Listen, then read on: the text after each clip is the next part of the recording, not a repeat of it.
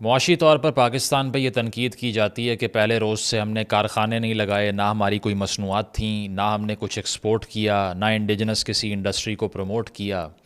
तो आज इसको गलत साबित करते हैं। उसकी वजह है कि एक इंडस्ट्री पाकिस्तान में ख़ासी थ्राइव कर रही है, जिसके ऊपर शायद बहुत से लोगों का ध्यान गया भी ना हो। और उस इंडस्ट्री का नाम है बैगिंग इंडस्ट्री, यानी कि भीख मांगने की इंडस्ट्री, भीख मांगने की फैक्ट्रियाँ।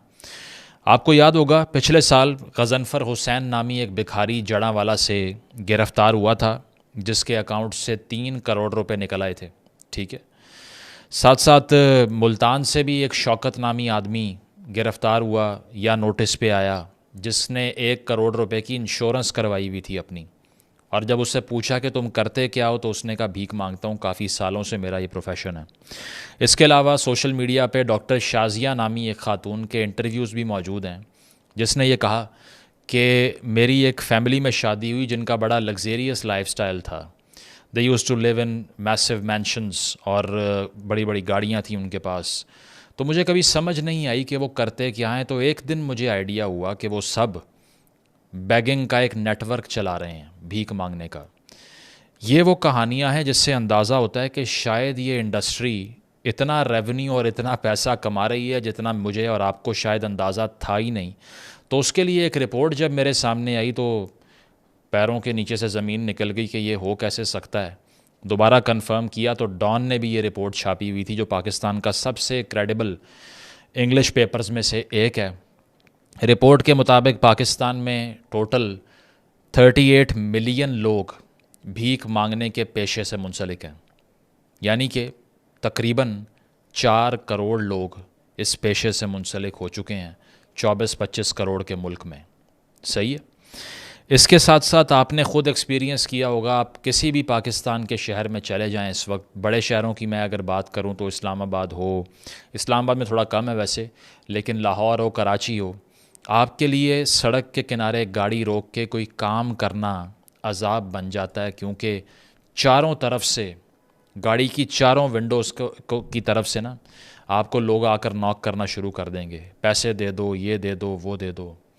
सिग्नल पे रुकोगे अजाब बन जाएगी ज़िंदगी। कोई गाड़ी में बैठ के कोई बात कर रहा है, कोई कॉल कर रहा है, पैसेंजर, ड्राइवर नहीं, उसके लिए अजाब बन जाएगा कि गाड़ी नॉक होती जा रही है। तो ये इतने बड़े नंबर में इनके नेटवर्क्स फैल चुके हैं कि पाकिस्तानी लोग मुझसे इत्तफाक करेंगे कि ये दर्द सर बन चुका है। ठीक है। और उसकी वजह ये नंबर है कि अगर 4 करोड़ के करीब लोग ये काम कर रहे हैं, तो इसका मतलब है they are everywhere and out of control as well. साथ साथ ये कि पर डे कलेक्शन इस रिपोर्ट के मुताबिक, यानी कि भिखारी एक दिन में कितना पैसा कमा लेते हैं मुख्तलिफ़ शहरों से, इसका डाटा ये बताता है कि सबसे ज़्यादा नोट जो छाप रहा है ना भिखारी पाकिस्तान में, वो कराची में है। 2,000 रुपये एक दिन की एक बैगर की कलेक्शन है, यानी कि महीने का 60,000 रुपये कमाता है वो। ठीक है।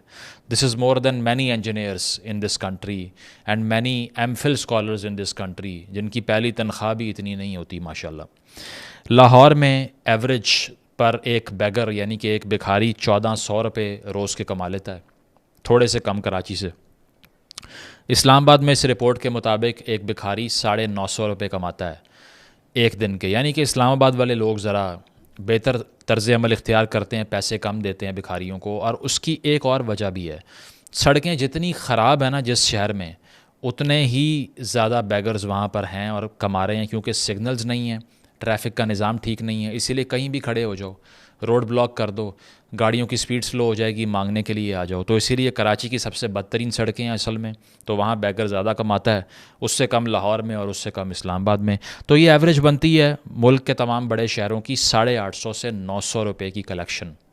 एक भिखारी ऑन एवरेज पाकिस्तान में बड़े शहरों में अगर वो अपना धंधा चला रहा है, तो वो 900 रुपये के करीब एक दिन के कमा लेता है। अब इस लिहाज से 38 मिलियन से इस रिपोर्ट ने जब रेवेन्यू निकालने की कोशिश की, तो आपको यकीन नहीं आएगा कि रोज़ाना की बुनियाद पे, एवरी सिंगल डे, एक भिखारी जो बाहर निकलता है फील्ड में, अगर उन तमाम की कलेक्शंस को मिला लिया जाए तो 32 अरब रुपए भिखारी पाकिस्तान में रोज़ कमा रहे हैं। बेगर्स इन दिस कंट्री, दोबारा सुने, are earning ₹32 billion every single day. ठीक है, एनुअली ये बनता है 117 ट्रिलियन रुपीस, 117 खरब रुपए की इंडस्ट्री है। यानी कि ये अगर डॉलर टर्म्स में मैं आपको बताऊं, अगर आप इंटरनेशनली इस वीडियो को देख रहे हैं बाहर बैठ के पाकिस्तान से, so the begging industry in Pakistan is $42 billion per year according to the report published by Dawn News, Economic Times and many other international papers as well. Links दे दूंगा डिस्क्रिप्शन में। पाकिस्तान की आईटी इंडस्ट्री, जिसको गोल्ड माइन कहा जाता है, जो काफ़ी पैसा लेकर आई है मुल्क में, वो भी एक साल में $3 बिलियन कमाती है, $3 बिलियन।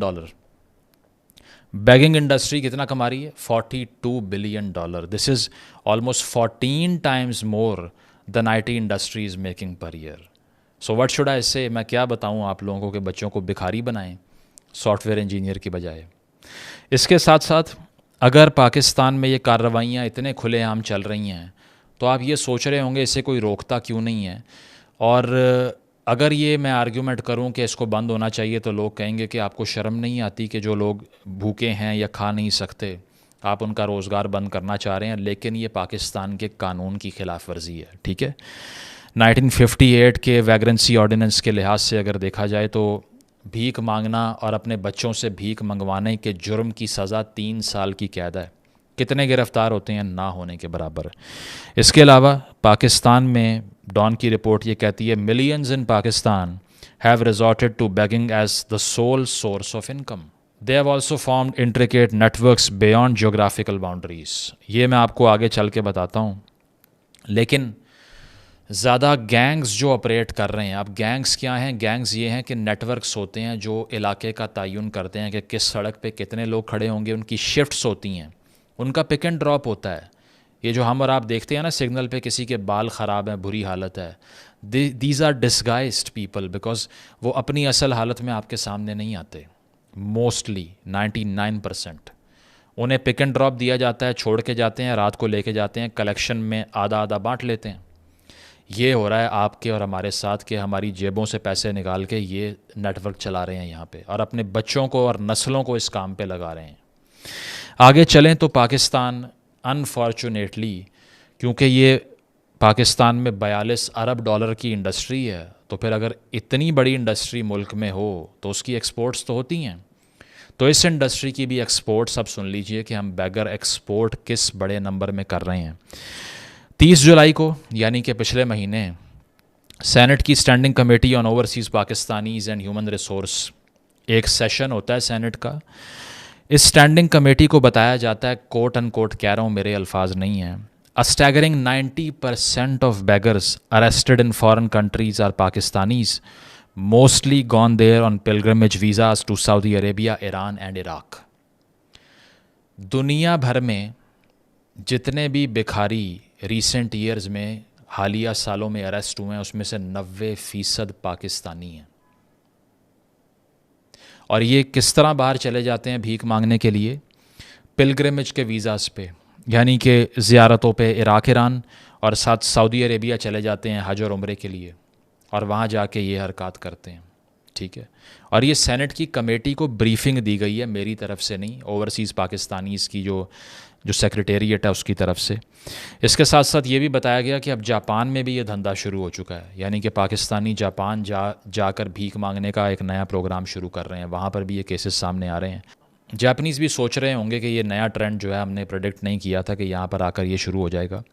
अब होता क्या है कि ये एजेंट्स जो कि मोस्टली साउथ पंजाब से ऑपरेट होते हैं, सेंट्रल पंजाब के भी कुछ शहर इसमें इन्वॉल्व हैं, 1-2 शहर कश्मीर के भी रिसर्च कहती है कि सामने आए, ये सारा ख़र्चा उठाते हैं बैगर्स का और उनको टिकट्स करवा के देते हैं, वीज़ाज़ लगवा के देते हैं। और डील ये होती है कि आपने बाहर जाना है, एक उनको टारगेट देते हैं कि इतने पैसे कमा के लाने हैं हर सूरत भीख मांग के, और जब वो वापस आएंगे वीज़ा एक्सपायर होने के बाद तो 50% होगा।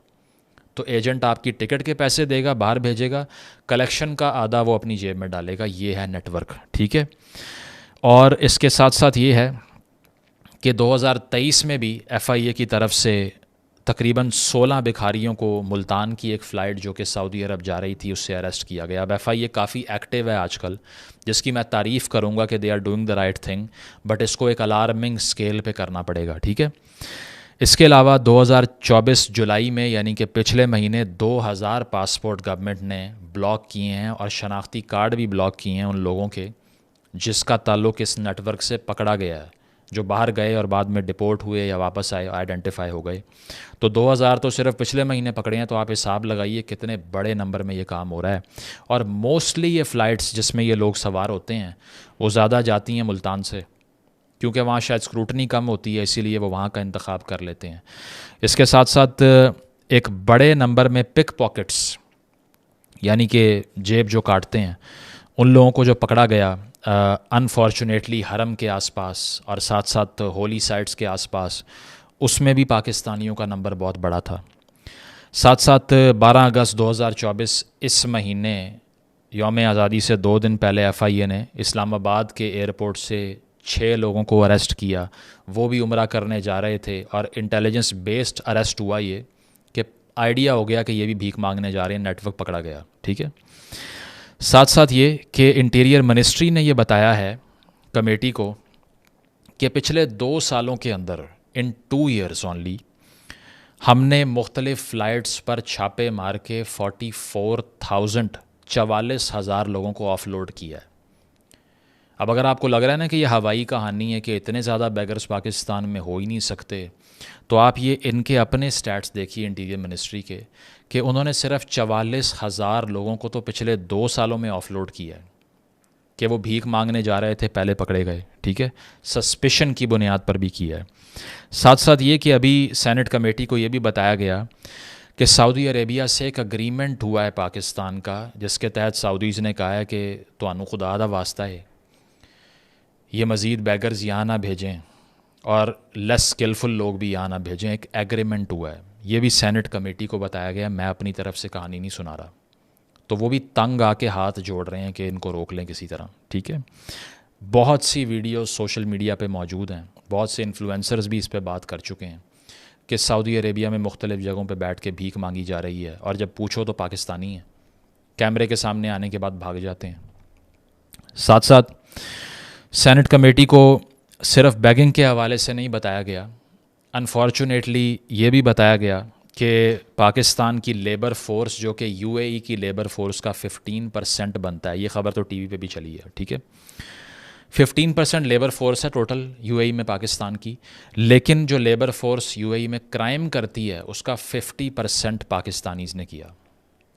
उन क्राइम्स में मोस्टली जो इश्यूज़ थे ना वो सिविक क्राइम्स थे, यानी कि ये ऑन रिकॉर्ड है सेनेट कमेटी को जो बताया गया कि UAE की अथॉरिटीज़ ने कंसर्न शो किया है कि most of these people were filming women without their consent, कि उनसे पूछे बगैर उनकी वीडियोस बना रहे हैं। स्पेस देने का इशू समझ नहीं आता, कैट कॉलिंग हो रही है। उन्हें लगता है ये भी अनारकली बाज़ार है जहाँ हलवा लिखा होगा सूट के ऊपर, तो जाके दबोच लोगे लड़की को और कोई कुछ नहीं कहेगा आपको। तो चूँकि अनफॉर्चुनेटली हम ट्रेन ही नहीं करते अपने माइंड्स को और वो बाहर जाके सोशल ऑर्डर डिस्टर्ब करना शुरू हो जाते हैं,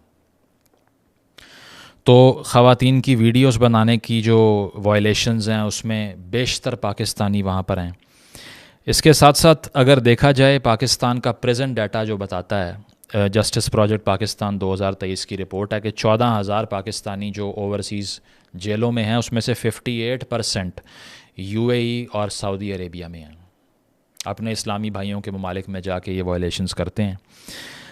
इशू ये है कि 12 मिलियन पाकिस्तानी तकरीबन इस वक्त गल्फ़ कंट्रीज़ में एक्सपैट के तौर पे रजिस्टर्ड है, 12 मिलियन। इस 12 मिलियन में सिर्फ 10% स्किलफुल है, 90% अनस्किल्ड लोग बाहर भेजी जा रहे हैं, धड़ाधड़ भेजी जा रहे हैं। 1970s से भुट्टो साहब ने जो आगाज़ किया था कि जाओ बाहर सड़कें बनाओ, तारें ठीक करो, मज़दूरियाँ करो, रोटियाँ पकाओ, अभी तक उसी स्टेज पे खड़े हुए हैं कि अपनी वर्क फोर्स को ट्रेन ही नहीं कर पाए। और स्किल कोई हो या ना, एक अच्छा शहरी बनाने पे भी तवज्जो नहीं दे सके, ठीक है। मोस्टली इस 12 मिलियन की जो मैं बात कर रहा हूँ, फॉर द मोस्ट पार्ट इसमें कौन लोग हैं? लेबरर्स हैं, मज़दूर, इलेक्ट्रिशियन, वेल्डर, कुक, वेटर, ठीक है। इसके अलावा हर वो काम जिसमें कोई हाई लेवल का स्किल नहीं चाहिए, वाइट कॉलर नौकरियां नहीं करते। तो जब इस तरह के लोग आप बाहर भेज रहे हैं तो आप क्या एक्सपेक्ट करते हैं कि इंटरनेशनल कम्युनिटी उनको एक्सेप्ट कर लेगी? इसी सेनेट की कमेटी को ये बताया है, ओवरसीज़ की मिनिस्ट्री की तरफ से ये बताया गया है कि अब फॉरेन एम्प्लॉयर्स, यानी कि सऊदी अरेबिया हो या दुबई हो, अबू धाबी हो, यूएई की बात कर रहा हूँ, वो अब रिप्लेस कर रहे हैं पाकिस्तानियों को विद बांग्लादेशीज़ एंड इंडियंस। दो वजूहात की बिना पे। नंबर एक, स्किल नहीं है पाकिस्तानियों में। नंबर दो, इन क्राइम्स की वजह से, इन डिसेंसी की वजह से डाउट है और क्रेडिबिलिटी का इशू क्रिएट हो गया। अब हमने और आपने तो कुछ नहीं किया, लेकिन unfortunately the passport they are carrying out there is representing the whole country and they are destroying the credibility. इसी वजह से एडेड स्क्रूटनी है यूएई की तरफ से। कोई ऐलान नहीं किया गया, ना वो करते हैं, because of their interest. They don't want to lose a lot of investment that comes from Pakistan. But ये आप जाके किसी भी वीज़ा एजेंट से पता कर लें कि कितनी एडेड स्क्रूटनी है स्टेज पे दुबई के वीज़ाज़ के लिए, चाहे वो मॉनेटरी स्क्रूटनी हो कि बैंक स्टेटमेंट मेंटेन करनी है, बाकी चीज़ें करनी है। वीज़ा रिजेक्शन का नंबर देख लें कितना है, आइडिया हो जाएगा, ठीक है। अनअनाउंस्ड चीज़ें हो रही हैं। ये सारा कुछ इसीलिए है कि हम जो ये भीख मांगने के लिए लोगों को बाहर भेज रहे हैं वो ये कर रहे हैं कि हमारी कम्युनिटी का ही नाम बदनाम होना शुरू हो गया क्योंकि हमने तवज्जो नहीं दी इस पे, ठीक है। अगर मुल्क के अंदर 38 मिलियन बैगर फिर रहा है जो कि 42 अरब डॉलर की इंडस्ट्री चला रहा है, तो उसको बाहर जाने से भी आप 90% रोक लोगे, 10% भी निकल गया अगर, कितनी स्क्रूटनी कर लेंगे आप? वो बाहर जाके यही करेगा। फिर एक और पाकिस्तान में ज़ॉम्बी एपोकलिप्स आया पिछले 3-4 साल में, जिसका नाम है तब्दीली की रेवोल्यूशन। इस तब्दीली की रेवोल्यूशन ने बची खुची जो हमारी साख थी वो भी तबाह कर दी। चार्ज करके लोगों को हाफ बेक्ड रेवोल्यूशनरी बना के बाहर भेज दिया, वहाँ जाके आगे लगाने की कोशिश कर रहे हैं। अभी जब वोट ऑफ नो कॉन्फिडेंस के बाद एहतजाज हुआ, इस्तांबुल में 24 पाकिस्तानी अरेस्ट किए। टर्की ने कहा कि ये गंद अपना यहाँ से निकालो, बेशक अर्तुगरुल हमने बनाया लेकिन यहाँ आज़ाद नहीं कराना, उसको वापस जाओ, ठीक है।